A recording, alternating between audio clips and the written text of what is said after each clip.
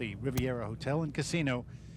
Francisco Bustamante at the table, down 2-0 to Alex Pagulayan, race to 7 to move into the finals against Shane Van Boning, the hottest player on tour without question. Big, solid break by Francisco and went away from the cut break, Charlie. Yeah, he went away from the cut break. He went for straight on like Alex did, because he saw Alex break him straight on and get rewarded.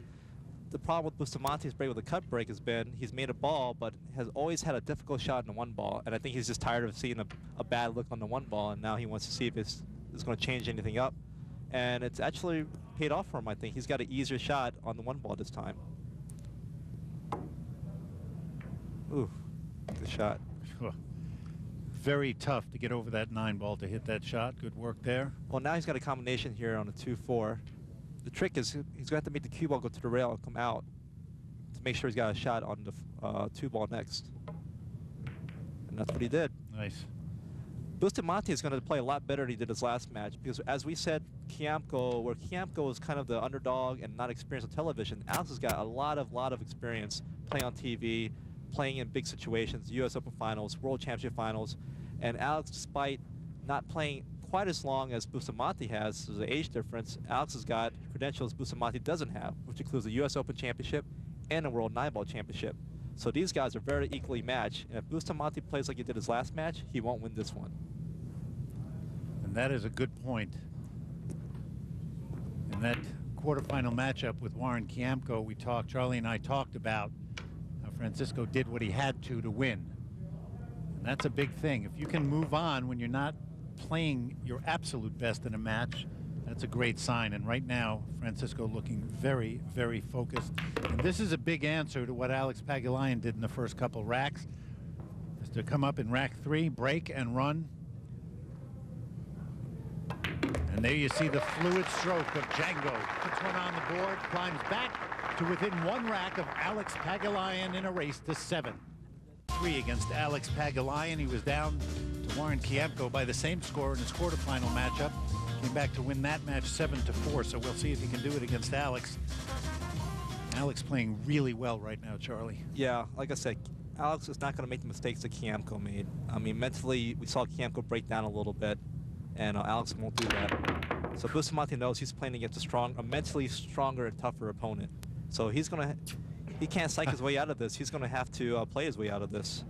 That's a good start here in rack number 5. Awesome break. You know what? That break, look at the cue ball, the height he had in the cue ball and the power he hit it. And trust me, he's hitting it 75%. I mean, he can hit it harder than that. That's how strong this guy breaks. He's got a wide open table here. I agree with his decision. I think he made the right choice of stopping the cut break and going straight to the head-on break. And a lot of times when you have the kind of stroke that Francisco does and the kind of break he does, there's a little bit of a psychological thing, I think, of I'm going for power now. It's a little more of a statement of I'm really here. I'm solid. I'm with you, and let's go see who's going to get this done today.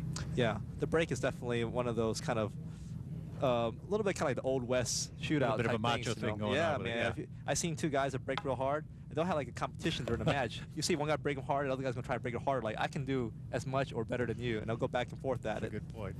Now, I don't know if that's gonna really happen here, because at the end of the day, Alex knows that Bustamante can break him harder than he can.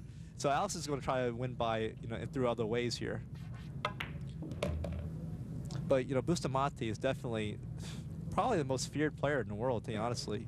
Like I said, he's probably the best player in the world who's never won the U.S. Open or the World Championship, in a lot of people's opinions, including mine.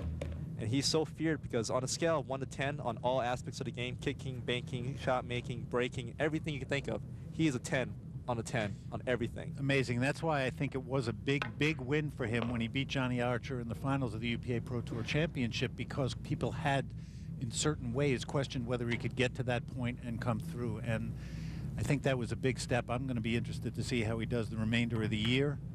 We're getting to see now how he's answering Alex Pagulayan's little challenge. And both players showing a lot early in this match. That 9 ball gets Francisco Bustamante back to within a rack.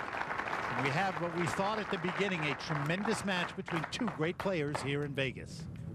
Tournament director and referee Scott Smith getting ready for rack number 6. Alex Pagulayan at the table against Francisco Bustamante, leading by 1 rack. Mitch Lawrence and Charlie Williams alongside. Well, let's see if Alex can keep up this intensity right here. He hasn't made any mistakes yet. Straight on break. Again, look, the one ball's going to go up table. Will he get a shot? A little bit unlucky to get hit clipped by that 3 ball because he would have had a little bit better shot in the 1 ball, but I think he could still spin this 1 ball in.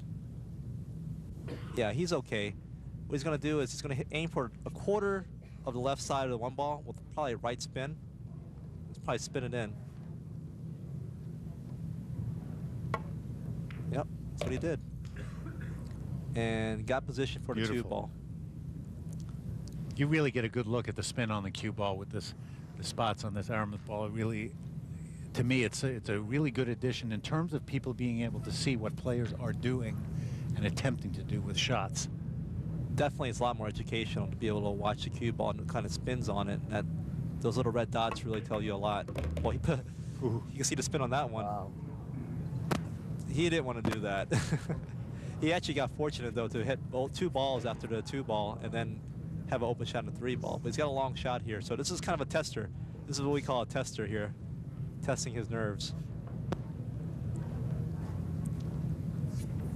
Alex started playing at 11 when his father in the Philippines brought him to a pool room, and he said the second he held a cue, he fell in love. That's exactly how he felt about the game. Just a little bit of a stop shot, draw back maybe a couple inches. Yep. So basically, he was trying to make sure it didn't go forward. And he drew back maybe a couple inches, and that was a great execution by Alex. And it's interesting you noted that he had a lot of he chose to take his Canadian snooker influences on his game versus Filipino. And I like to think of Alex as kind of a combination of Western technique combined with Eastern philosophy. Using the Filipino players are known for their super strong mental game, and that's what Alex has. And he's combined it with snooker technique, and I think it works for him. And it can be a deadly combination. Very, very tough mentally. Grew up in a very poor part of the Philippines and was very small as a child, and talks openly about the kind of treatment you sometimes get as a small kid when older kids get on you, and how tough it made him mentally. And this 8-9 now. Fitting into a really nice rack by Alex Pagulayan. And back up to a 2-rack lead he goes here in Las Vegas.